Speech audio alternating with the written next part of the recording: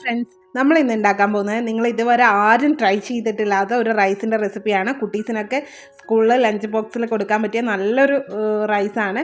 അപ്പോൾ വീഡിയോയിലേക്ക് പോകാം. അതിന് വേണ്ടിയിട്ട് ഞാൻ 1 കപ്പ് പൊന്നിയരി അരമണിക്കൂർ കുതിർത്ത് വെള്ളത്തിലിട്ട് വെച്ചിട്ടുണ്ടായിരുന്നു. അത് കഴുകിയിട്ട് കുക്കറിലേക്ക് ഇട്ടിട്ടുണ്ട്. 3 ടേബിൾ സ്പൂൺ പരിപ്പ് കുതിർത്തതും അത് ഇട്ട് കൊടുത്തിട്ടുണ്ട്. ഒരു മീഡിയം സൈസ് സവാള അരിഞ്ഞത് അതും ഇട്ട് കൊടുത്തിട്ടുണ്ട്. ഒരു തക്കാളി അരിഞ്ഞത് അതിലേക്ക് ഇടുന്നുണ്ട്. പിന്നെ 5 or 6 അല്ലി വെളുത്തുള്ളി അരിഞ്ഞതും ഇട്ട് കൊടുക്കുന്നുണ്ട്. എന്നിട്ട് അതിലേക്ക് നമുക്ക് പൊന്നാങ്കണ്ണി ചീരയാണ് ഞാൻ എടുക്കുന്നത്. മുരിങ്ങയില വെച്ചിട്ടും ഇത് ചെയ്യാം, ഏത് ഇല വെച്ചിട്ടും ഇത് ചെയ്യാം കേട്ടോ.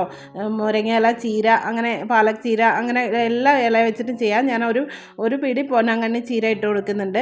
അതിലേക്ക് 1 ടേബിൾ സ്പൂൺ നിറയെ സാമ്പാർ പൊടി ഇടുന്നുണ്ട്. 1/2 ടീസ്പൂൺ എരിവിനനുസരിച്ച് മുളക് പൊടി ഇട്ട് കൊടുത്തിട്ടുണ്ട്. 1/4 ടീസ്പൂൺ മഞ്ഞൾപ്പൊടി ഇട്ട് കൊടുത്തിട്ടുണ്ട്. അപ്പോൾ ആവശ്യത്തിനുള്ള ഉപ്പ് ഇട്ട് കൊടുക്കുന്നുണ്ട്. 1 കപ്പ് പൊന്നിയരിക്ക് 3 കപ്പ് വെള്ളം എടുക്കണം. അപ്പോൾ ഞാൻ ഈ കപ്പിന് 2 കപ്പ് പൊന്നിയരി എടുത്തിട്ടുണ്ടായിരുന്നു. അപ്പോൾ 6 കപ്പ് വെള്ളം ഒഴിച്ചു കൊടുക്കണം. 6 കപ്പ് മതിയാവും. അത് ഓരോരുത്തരുടെ ഇതിനനുസരിച്ച് കുറച്ച് കൂട്ടാം. നമുക്ക് അരമണിക്കൂർ കുതിർത്തത് കൊണ്ട് 6 കപ്പ് ഒഴിച്ചാൽ മതി. എന്നിട്ട് അതെല്ലാം കൂടെ ഇട്ട് ഇളക്കുക, മിക്സ് ചെയ്ത് കൊടുക്കുക. എന്നിട്ട് കുക്കർ അടച്ചിട്ട് നമ്മൾ അടുപ്പത്തേക്ക് വെച്ച് ഫ്ലെയിം ഓൺ ചെയ്തിട്ട് 6 വിസിൽ മീഡിയം ഫ്ലെയിമിൽ 6 വിസിൽ വരുന്നത് വരെ വെച്ചാൽ നമ്മുടെ ചോറ് നല്ല ടേസ്റ്റുള്ള ചീരച്ചോറ്, അങ്ങനെ പേരിടാം നമുക്ക്.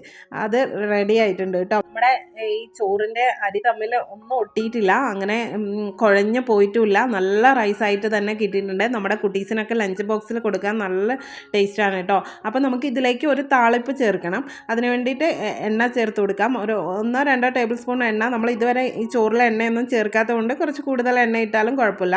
കടുക് പൊട്ടിക്കുക, എന്നിട്ട് ചെറിയ ഉള്ളി കുഞ്ഞതായിട്ട് അരിഞ്ഞിടുക. കറിവേപ്പില ഉണ്ടെങ്കിൽ കറിവേപ്പിലയും കൂടെ ഇട്ട് കൊടുക്കുക. എൻ്റെ കയ്യിൽ ഇല്ലാത്തതുകൊണ്ട് ഞാൻ ഇട്ടിട്ടില്ല.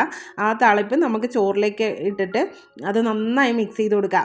ഈ താളിപ്പ് എല്ലായിടത്തും എത്തുന്നത് പോലെ മിക്സ് ചെയ്ത് കൊടുക്കാം.